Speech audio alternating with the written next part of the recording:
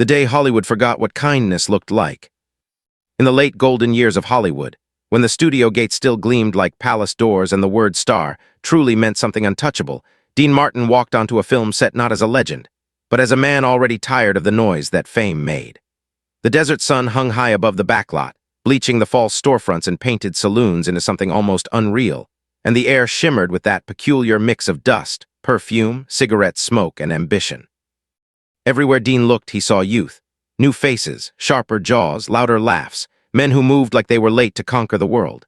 The press had started calling them the young lions, actors, producers, and directors in their late 20s and early 30s who spoke fast, spent faster, and treated every set like a battlefield where only relevance survived.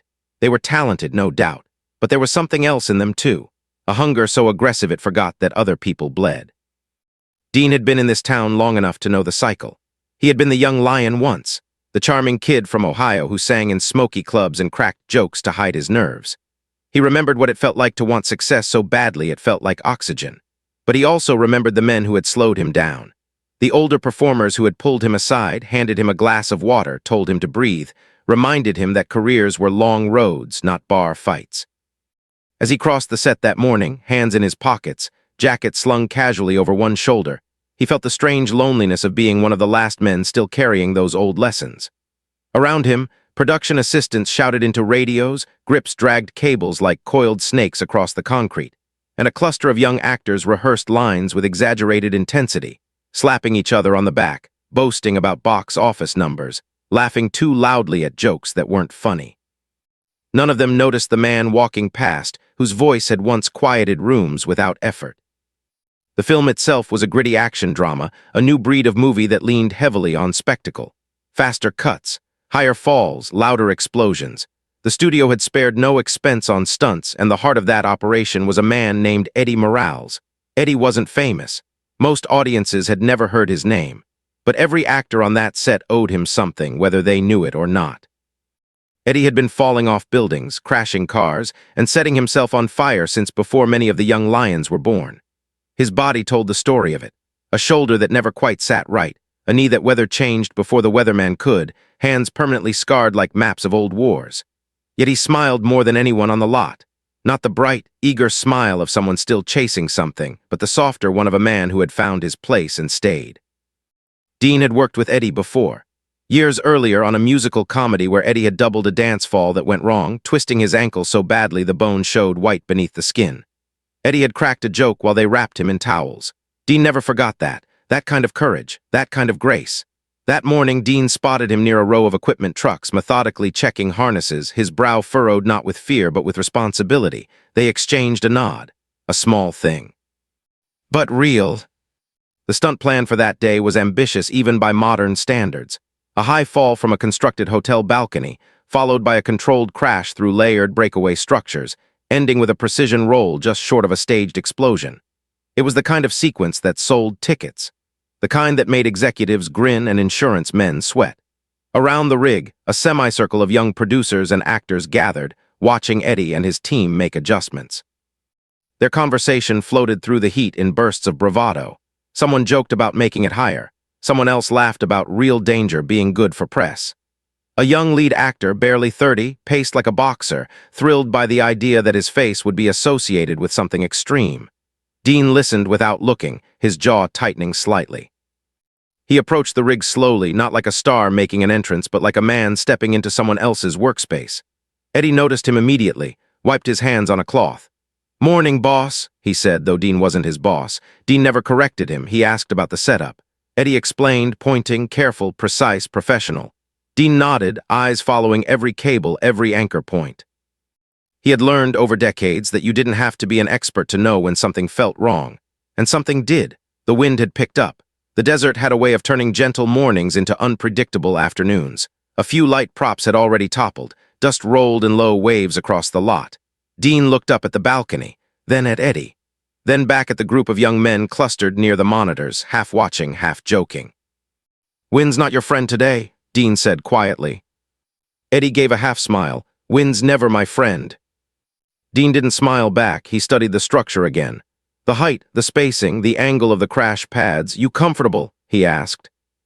Eddie hesitated, just a fraction, but Dean saw it. He'd built a career on reading rooms. "I've done worse," Eddie said finally, and then softer so only Dean could hear, "but worse don't mean smarter." Before Dean could respond, one of the young producers clapped his hands sharply. "All right, let's move, people. We're already behind. Reset in 10, Eddie. We need magic." Magic? Dean felt something stir in his chest at that word. Magic was what audiences saw. Pain was what happened underneath. He watched Eddie walk back toward the rig, shoulders set, professionalism pulling him forward even as instinct whispered caution. Dean followed. He didn't raise his voice. He didn't wave his arms. He simply stepped between Eddie and the harness rack and rested a hand on the cold metal frame. "Hold up," Dean said. The set seemed to tilt its head. Radios crackled. Someone sighed loudly. The producer turned, irritation already loaded in his expression. "We're rolling in minutes, Dean. If you've got notes, take them to the director." Dean met his eyes, calm, unmoving. "I've got concern," he said, "and you can take that wherever you like." There was a ripple of murmurs. The young lions didn't like pauses. Pauses cost money. Pauses meant someone older was slowing the race. The lead actor scoffed lightly. "It's a stunt, man. That's the job." Dean turned to him then, really turned, looked at his face, at the smooth skin, at the hunger. "No," Dean said evenly. "The job is to go home." The words landed heavier than any shout. Eddie stood silent beside him, eyes lowered, the straps hanging forgotten from his hands. The producer exhaled sharply. "We've got engineers, we've got coordinators, everything's been cleared." Dean nodded, "Cleared by people who won't be stepping off that balcony." The wind gusted, stronger now, tugging at loose canvas. One of the crash pads shifted slightly, its corner lifting before a grip rushed to weigh it down. Dean pointed. "That's enough for me." The producer opened his mouth again, but Dean didn't let him fill the space. "I'm not here to fight you," he said. "I'm here to stop you, for an hour, for a day, for whatever it takes, because if he falls wrong, you'll call it an accident. His kids will call it the rest of their lives." Silence crept in, not total, but close. Even the young actors had stopped joking. Eddie finally looked up, eyes wet though he was trying to smile. "Dean, it's all right," he said gently. "I know the risks." Dean's voice softened. "So do I, that's why I'm talking." The director, older, quieter, stepped forward at last. He studied the rig, the sky, Eddie's face, then Dean's. "We reset," he said, "full review." The producer's shoulders sagged. He wanted to argue. Everyone could see it.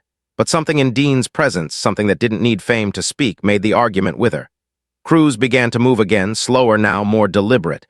Radios shifted to new instructions. The young lions drifted back, restless, unconvinced. Dean stayed. He didn't return to his chair. He didn't retreat into his star's bubble. He stood beside Eddie while technicians rechecked lines and bolts. They talked quietly, about families, about how long they'd both been doing this, about how strange it was to grow older in a town that worshipped youth. Eddie laughed once, a short sound. "Most days I feel invisible," he admitted. Dean shook his head. "Most important people are." It took nearly an hour. The wind worsened instead of calming. New measurements were taken, angles adjusted. At last, a coordinator approached, face pale. "We can't guarantee safety at this height with this gust pattern," he said. "We recommend lowering the fall or postponing." The producer cursed under his breath. Schedules were torn, scenes reshuffled. The young lions scattered, already complaining into phones, already reframing the delay as someone else's fault. Dean watched them go without anger, only a quiet sadness. He turned back to Eddie. "You eat yet?" he asked. Eddie blinked, "No." "Come on," Dean said. "There's a place down the road that still knows how to make eggs." They were halfway across the lot when Eddie suddenly staggered. Not dramatically, just enough. A misstep. A hand reaching for nothing. Dean caught him without thinking, arm firm around his back. Eddie tried to straighten, laugh it off, but his face had drained of color. His breath came shallow. "Sit," Dean said. They found a low equipment crate. Eddie lowered himself, one hand pressed to his side. "That's new," he muttered. Dean knelt slightly eye level. "Where?" "Chest, and my arm feels wrong." Dean's world narrowed. He had seen this before, on stages, in dressing rooms, on golf courses. He didn't hesitate. He waved sharply at a passing assistant. "Call medical, now." Within minutes, medics were there, then an ambulance backing toward the set. The crew gathered again, but this time there was no bravado, only quiet. Eddie's pain had grown obvious now, sweat beating on his temple despite the cooling air inside the vehicle. He tried to apologize, tried to joke. Dean held his hand. "You don't owe anyone tough," Dean said. "You owe them alive." The siren cut through the lot as the ambulance pulled away. A young grip whispered something about bad luck. Dean stood alone for a moment, the dust settling around his shoes. He didn't know yet that Eddie's condition was critical. He didn't know that what had begun as a hold on a stunt had turned into a line between life and death. He only knew that something precious had almost been treated like a prop, and that Hollywood, in all its noise, had nearly missed it. Across the lot, a man who had been visiting another production had watched the entire scene from a distance. A man known for his intensity, for his silence, for his refusal to flatter. Marlon Brando stood with his arms folded, eyes fixed on the place where Dean had been. He didn't speak, he didn't move, but something in his expression had changed. And before this story was over, he would choose a word for what he had just witnessed. Not star, not legend, but hero. The hour's money couldn't touch. The hospital did not care who Dean Martin was. Its walls were the color of old bone, its lights too bright and too honest, stripping glamour from everything they touched. When Dean stepped through the sliding doors that afternoon, the smell of antiseptic erased the scent of studio dust still clinging to his jacket, and for the first time that day, he felt the full weight of what had happened. The noise of the film set had been replaced by a different rhythm entirely, the low murmur of voices, the distant roll of gurneys, the soft but relentless beeping of machines that spoke in the language of time. Eddie Morales was no longer a stuntman here. He was a man on a narrow bridge, and every step mattered. Dean gave his name at the desk, but he did not use it like a key. He did not wait for recognition. He simply asked where Eddie had been taken. The nurse looked up, recognition flickering across her face for only a second before professionalism settled back in. She gave directions. Dean thanked her, already moving. The hallway seemed too long, every polished tile reflecting light back into his eyes as though daring him to blink. He did not. He followed the signs, turned the corners, and finally saw a cluster of people near a closed door.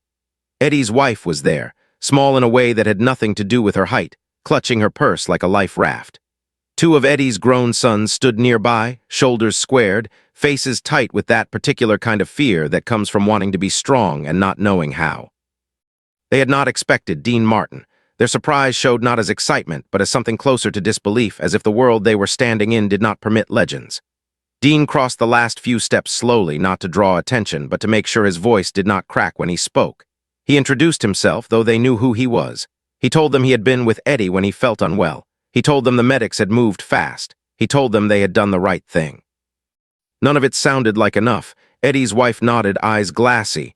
One of the sons gripped Dean's hand too tightly, then apologized. Dean shook his head. "No apologies today," he said quietly. "Only hope." The doors opened briefly and a doctor stepped out, her face arranged in careful honesty. She explained that Eddie had suffered a severe cardiac event, that they were stabilizing him, that the next hours would be critical. Words that landed like measured stones. Eddie's wife closed her eyes. The sons stared at the floor. Dean listened, absorbing every syllable as if attention itself were an offering. When the doctor finished, Dean asked practical questions, clear questions. The kind that did not run from reality. When she went back inside, Dean guided Eddie's wife to a chair and took the one beside her, close enough that his shoulder brushed hers. He stayed. Hours stretched in a way they never did on a set. There were no call sheets here, no schedules to curse. Time moved on its own authority. Nurses came and went. Family members spoke in murmurs. Dean learned Eddie's middle name, learned how he and his wife had met, learned which films Eddie was proudest of, which scars bothered him when it rained. Dean spoke too, but not about premieres or applause. He spoke about the early days, about fear, about the strange ways people hide it. He made Eddie's wife smile once, a small, surprised sound that seemed to startle her as much as anyone. He felt grateful for it in a way he had not felt grateful for applause in years. As evening settled in, word began to spread, not through gossip columns or radio announcements, but through the invisible channels that always connected Hollywood's nervous system. A famous stuntman was in critical condition. Dean Martin was at the hospital. Someone from the studio called, then someone else. Dean stepped away once to take the call, listened to concern dressed partly as inconvenience, and ended the conversation politely, firmly. He did not return to the desk. He did not return to the phone. He returned to the chair beside Eddie's wife. Outside, the desert cooled. Inside, the air conditioning hummed like a held breath. When the doctor came again, it was with news that was neither miracle nor farewell. Eddie had survived the worst of the immediate crisis, she said, but there were complications. His heart had been damaged. Surgery was likely. Recovery, if it came, would be long and uncertain. The relief in the family was not the kind that celebrated. It was the kind that allowed knees to weaken. Eddie's wife pressed her hands together and whispered thanks to no one in particular. One of the sons turned away, shoulders shaking. Dean felt something release inside his own chest, something he had been bracing without realizing. He did not smile. It felt too early, but he breathed. They were finally allowed to see Eddie briefly. Tubes traced lines across his body like a map of how fragile even the strongest men truly were. His eyes were half-lidded, unfocused. When Dean stepped into view, Eddie's mouth twitched. "Told you, I've done worse," he murmured, the effort in his voice breaking the joke in half. Dean leaned close. "And I told you worse doesn't mean smarter," he replied. Eddie tried to chuckle. It came out as air. His wife smoothed his hair. Dean stood at the foot of the bed, hands clasped, not in prayer exactly, but in attention. When the nurse gently indicated time, Dean nodded and stepped back, letting family take the space. He did not rush them. He did not look at his watch. It was late when Dean finally left the room, walking back into the hallway as if returning from somewhere very far away. The hospital had thinned. The lights seemed dimmer, or perhaps his eyes had simply tired. He was considering whether to go home or find a chair for the night when he noticed a familiar shape at the far end of the corridor, leaning against a wall as though the building itself had invited him to pause. Marlon Brando straightened slightly when he saw Dean, surprise flickering across his face before resolving into something thoughtful. "I heard," Brando said. He never wasted words. Dean nodded. It was close. Brando looked toward the room Eddie was in, then back at Dean. "They said you stopped the stunt." Dean did not shrug, he did not posture. "I slowed it," he said. "The rest happened on its own." Brando studied him with the intensity that had unsettled directors for decades. "You cost them a lot of money." Dean's mouth curved, but there was no humor in it. "Money's loud," he said, "but it doesn't get the last word." They stood in silence, two men who had lived entire lives under observation, now in a place where observation felt irrelevant. Brando spoke again, more quietly. "Most people don't interrupt a machine once it's moving, especially when they benefit from it." Dean met his eyes. "Most people aren't the ones under it." Brando nodded once. It was not agreement so much as recognition. "They won't say thank you," he added, "not the ones who were pushing." Dean glanced back toward Eddie's room. "I didn't do it for them." They parted without ceremony. Brando walked down the corridor, hands in his pockets. Dean returned to the waiting area where Eddie's family still sat. He told them Brando had come. They were surprised, then amused, then quiet again. Dean asked if they had eaten. They hadn't. He disappeared and returned with coffee, sandwiches, small, practical acts that did not photograph well. Eddie's wife accepted a cup with both hands. "You don't have to be here," she said softly. Dean looked at her, truly looked. "I know," he said, "that's why I am." Outside the hospital, Hollywood was already adjusting. Schedules were being rewritten, press releases drafted. The incident would be framed carefully, as incidents always were. The stuntman had fallen ill. Production had been delayed. Concern had been expressed. Safety protocols reaffirmed. What would not make it into those statements was the moment before any of that happened, when a man had stepped between a human being and a machine and refused to move. What would not make it in were the hours spent beside a woman who did not care about box office returns, only about the rhythm of a monitor behind a closed door. Dean stayed until well after midnight. He left only when Eddie's wife insisted, when the sons assured him they would call if anything changed. He walked out into the cool desert air. The sky above Las Vegas spread wide and indifferent. He did not feel heroic. He felt tired. He felt old. He felt, strangely, clear. Somewhere behind him, in a quiet hospital room, a man who had spent his life pretending to fall was fighting to stand again. And somewhere else in the city, a story was beginning to take shape. Not yet public, not yet loud, but powerful enough that when it finally reached Marlon Brando's lips, it would emerge not as gossip, but as judgment. And he would choose his word carefully. When the set turned against the soul, by the time the sun rose again over the desert, Hollywood had already decided what kind of day it was going to be.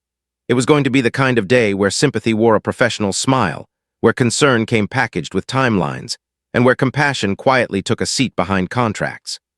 Dean Martin woke after barely 2 hours of sleep, the hospital still clinging to him in scent and sound, and before he had finished his first cup of coffee, the phone had already begun to ring.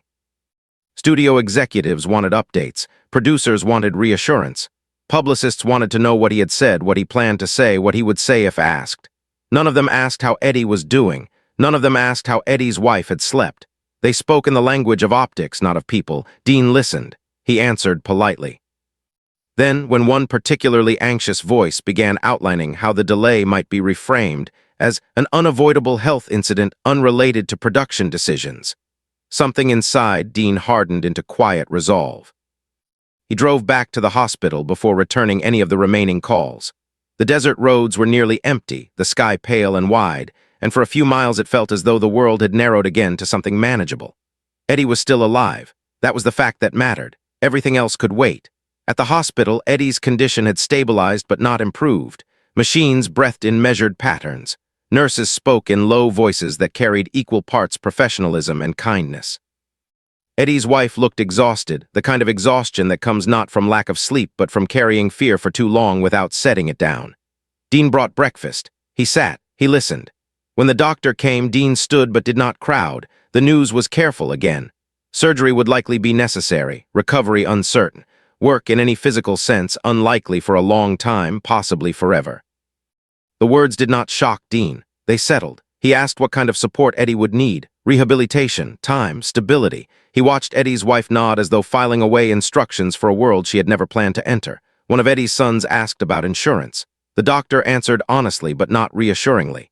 Dean caught the glance Eddie's wife gave her children, a look that tried to be brave and became only tired. He recognized it. He had seen it on sets when budgets ran thin. On tour when voices cracked. It was the look of someone beginning to count costs they had never imagined.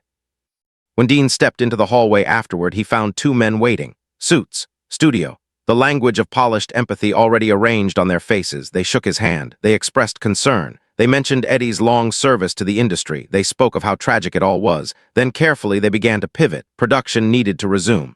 The delay was costing money. The film could not wait indefinitely. They were considering replacing the stunt team. They were concerned about the narrative forming. One of them, younger, tried to frame it gently. "No one is saying safety wasn't important," he said, "but sometimes things happen that are beyond anyone's control." Dean did not raise his voice. He did not lean forward. He simply looked at them. "Wind is controllable," he said. "Height is controllable. Pressure is controllable. People pretend otherwise because it's convenient." The older man sighed, the way people did when they were about to become firmer. "Dean, everyone respects what you did, but we need to move forward. The audience doesn't see what happens behind the camera." Dean nodded once, then they deserve to. The men exchanged a glance. "Are you suggesting making this public?" Dean's jaw tightened slightly. "I'm suggesting not burying it." The younger one shifted. "That could complicate things." Dean's voice softened but did not weaken. "So does a man learning how to walk again." They tried another angle, contracts, responsibilities, the need to protect the project. Dean listened. Then he said something that changed the temperature in the hallway. "I won't step back on that set until Eddie's family knows they're not standing alone." Silence followed, the kind that forms when a negotiation hits something that is not negotiable. "What does that mean?" the older man asked. Dean did not answer immediately. He looked back toward Eddie's room. Then he said, "It means you don't go on pretending this was weather. It means you don't move on as if the only loss here was time. And it means that whatever help he needs to survive what comes next, he doesn't have to beg for it." The men attempted caution, legal language, insurance policies. Dean had lived among contracts long enough to know where they ended. "Policies are written for problems," he said, "not for responsibility." He excused himself before they could assemble another argument. He returned to Eddie's room and took a chair again. Eddie was awake for a few minutes this time, eyes unfocused but aware. When he saw Dean, his mouth curved faintly. "You're still here," he whispered. Dean leaned closer. "I told you," he said, "you don't get rid of me that easy." Eddie swallowed. "They're gonna replace me," he murmured. It was not bitterness, it was resignation. Dean shook his head slowly. "They're not replacing you," he said. "They're just proving they don't know your worth." Eddie closed his eyes. A single tear traced a path down his temple. "I don't know what I'm gonna do," he breathed, "if I can't work." Dean did not answer quickly. He had learned the damage of rushed comfort. When he did speak, it was steady. First, you're going to get better. Second, you're going to be with your family. Third, you're going to let people help you, even when it's uncomfortable. Eddie's lips trembled. You always talk like it's simple. Dean allowed himself a small, sad smile. No, he said, I talk like it's possible. Later that afternoon, after Eddie slept again, Dean asked Eddie's wife if she could step into the hallway with him. She did, worry lining her face. Dean spoke quietly, not to perform kindness, but to offer it. He told her that medical bills would be heavy, that rehabilitation would be expensive, that the industry had a way of forgetting the people who made it look brave. Then he told her he would not forget. He told her that whatever Eddie needed to heal, whatever her family needed to stay steady, he would be part of making sure it happened. Not as a favor, as a responsibility. She tried to refuse. Pride rose instinctively. Dean gently lowered it. You didn't ask to be here, he said. Let me answer what the moment asked of me. When she began to cry, it was not dramatic. It was the quiet release of someone who had been holding a roof up alone. Dean did not embrace her. He stood close, present, enough. Word of what he was doing began to move through the community the way real stories always do, slowly, carried by nurses and assistants and drivers rather than headlines. A stunt coordinator called him that evening, voice thick. An old camera operator left a message he did not return, simply thanking him for seeing. Even some of the young lions grew quieter, the bravado tempered by the reality that one day they too would need someone to slow a machine for them. The studio, however, did not grow quieter. They issued statements. They reshuffled scenes. They made plans. They also began to push. If Dean would not return, they would move forward without him. If he spoke publicly, it would strain relationships. If he insisted on tying the production to Eddie's recovery, it would complicate insurance. The language was endless. Dean let it be. He was not interested in winning an argument. He was interested in finishing a sentence that life had begun. That night, Marlon Brando came again. He did not announce himself. He simply appeared in the waiting area, nodding once when Dean saw him. They spoke little. Brando asked about Eddie. Dean told him. Brando listened, eyes heavy. They won't thank you, he said again. Dean's gaze remained on the floor. I'm not waiting for it. Brando studied him for a long moment. There are men who play heroes, he said finally, and there are men who interrupt the story to protect someone who isn't famous enough to matter. Dean looked up then. Brando's expression had changed, something like respect stripped of performance. You're doing the second, Brando continued. That's rarer. Dean exhaled slowly. It shouldn't be. Brando almost smiled. That's why it is. By the end of the week, Eddie had been moved to a specialized cardiac unit. Surgery loomed. The film had resumed without him, restructured, safer now, but quieter. Dean had not returned. He had not attended meetings. He had not stepped in front of cameras. Instead, he had learned the schedules of visiting hours, the names of night nurses, the sound of Eddie's breathing when it was easier. He had begun paperwork with people whose language was not applause but care. He had sat with Eddie's sons and talked about futures no one had planned. Hollywood continued to do what it always did. But somewhere inside it, a small, stubborn space had been carved out where something else was happening. And when that space finally became visible, when the story could no longer be kept small or polite, Marlon Brando would give it its name. Not because it sounded good, but because it was accurate. The quiet kind of hero. The morning of Eddie Morales' surgery arrived without ceremony. There were no cameras waiting in the lobby, no headlines scrolling across television screens, no producers pacing with coffee in their hands. There was only the low, steady movement of a hospital waking into another day and a family standing at the edge of something they could not control. Dean Martin arrived before visiting hours, wearing the same jacket he had worn the first day, as though time itself had not moved for him in the way it had for everyone else. Eddie's wife looked smaller somehow, not weaker, but narrowed by the long corridor of waiting she had been forced to walk. Eddie's sons stood on either side of her, trying to look like pillars and discovering, again and again, that pillars also feel the wind. The surgeon explained the procedure in careful, honest language. There were risks. There were no guarantees. There was hope, but hope shaped like work, not miracle. Eddie was wheeled past them moments later, eyes open, hand weakly lifting from the sheet when he saw them.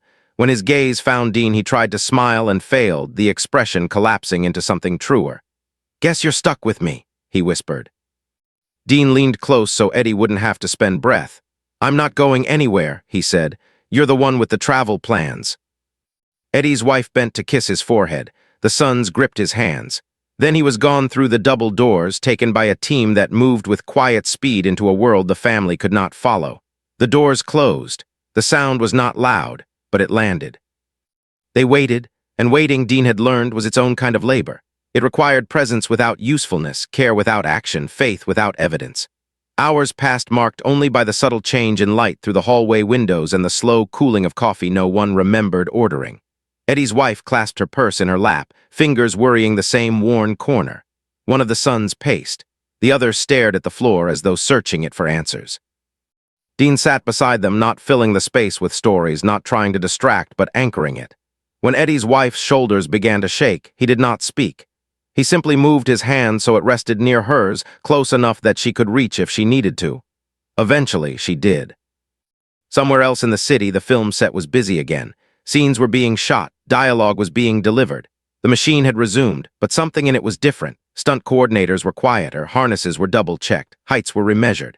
The young lions who had once laughed about danger now spoke in lower voices, glancing more often at the structures around them. Stories had a way of doing that when they refused to stay contained. Crew members talked, assistants talked, nurses talked. And without any press release or interview, the shape of what Dean had done began to emerge. Not as a rumor, but as an example. Marlon Brando arrived halfway through the wait. He did not sit immediately. He stood for a moment at a distance, observing the small group as though he were studying a scene whose meaning could not be found in a script. When Dean noticed him, Brando came closer and nodded once to the family before taking a seat across from them. He did not ask questions. He did not offer commentary. He shared the waiting. It was only later, when one of Eddie's sons stepped away for water, that Brando spoke quietly to Dean. "They're feeling this all over town," he said. "The pause, the way you forced it." Dean's eyes did not leave the closed doors. "I didn't force anything," he said. "I listened." Brando studied him. "Most people only hear applause." The surgeon finally appeared in the doorway as afternoon leaned toward evening. He removed his cap, his mask, and then the family stood as one, fear and hope rising together. The surgeon's face held that careful neutrality that lived between outcomes. He explained that the surgery had been long, that there had been moments of concern, that there had also been moments of promise. Eddie's heart had been repaired as well as it could be. The next 48 hours would be critical. Recovery would be slow. But Eddie was alive. The sound Eddie's wife made then was not quite a sob and not quite a laugh. It was something in between, something animal and grateful. She pressed both hands to her mouth. One of the sons sank into a chair, head in his hands. The other closed his eyes and exhaled as though he had been holding his breath for days. Dean did not speak. He felt his own eyes burn and did not fight it. He stood, and when Eddie's wife turned, he opened his arms and she stepped into them, her forehead against his chest, her gratitude too large for words. Dean rested his hand lightly at her back, not as a hero, not as a savior, but as a man standing with another human being at the edge of a mercy they had not dared expect. They were allowed to see Eddie briefly again, this time after the surgery, tubes rearranged, his face pale but peaceful. His eyes fluttered open when they spoke his name. When he saw Dean, his lips moved. Dean leaned close. Eddie's voice was barely sound. "Told you worse doesn't mean smarter." Dean's smile trembled. "And I told you," he whispered back, "you don't get rid of me that easy." Outside the room, in the quiet that followed, Marlon Brando looked at Dean Martin for a long time. Then he spoke, not loudly, not dramatically, but with the gravity of someone who did not waste words. "You know," he said, "Hollywood loves heroes. It makes them up every day. Men who look brave on screens, men who win fights someone else choreographed. But that's not what this is." Dean met his eyes. "It doesn't have to be anything." Brando shook his head slowly. "It already is." He gestured subtly toward the room, toward the family, toward the ordinary miracle of a man breathing. "You stopped a machine that didn't care. You stayed when there was nothing to gain. You tied your name to someone who couldn't amplify it. That's not stardom." He paused, choosing. "That's heroism." The word did not echo. It did not swell. It simply settled between them, heavy and precise. Dean exhaled. "If that's heroism," he said quietly, "then it shouldn't be rare." Brando's mouth curved faintly. "That's the problem," he replied. "It is." The story did eventually reach the public, not in its full intimate truth, but in fragments. A stuntman critically injured, a major production delayed, Dean Martin stepping away from the set, quiet reports of hospital visits. Then, finally, Brando's comment, offered not at a press conference but in an interview months later when asked what he admired most about his peers. "Dean Martin," he said, "because when the cameras were off, he did something that mattered. He stopped a machine to save a man. That makes him a hero." The line was quoted, repeated, printed. It traveled far. But the truest part of the story never quite fit into any headline. It lived instead in Eddie's slow recovery, in the long months of therapy where Dean appeared without announcement, sitting in a chair, making Eddie laugh when walking hurt too much to pretend otherwise. It lived in the financial burden that never crushed a family because someone had quietly shouldered it. It lived in the way younger stunt performers began to speak up more, to stop more, to insist that going home mattered more than going viral. Years later, when Eddie could walk without assistance and even step cautiously onto small sets to advise rather than fall, he would sometimes tell young performers about the day everything changed. He would tell them about the wind, about the pause, about the hand on the metal rack that refused to move.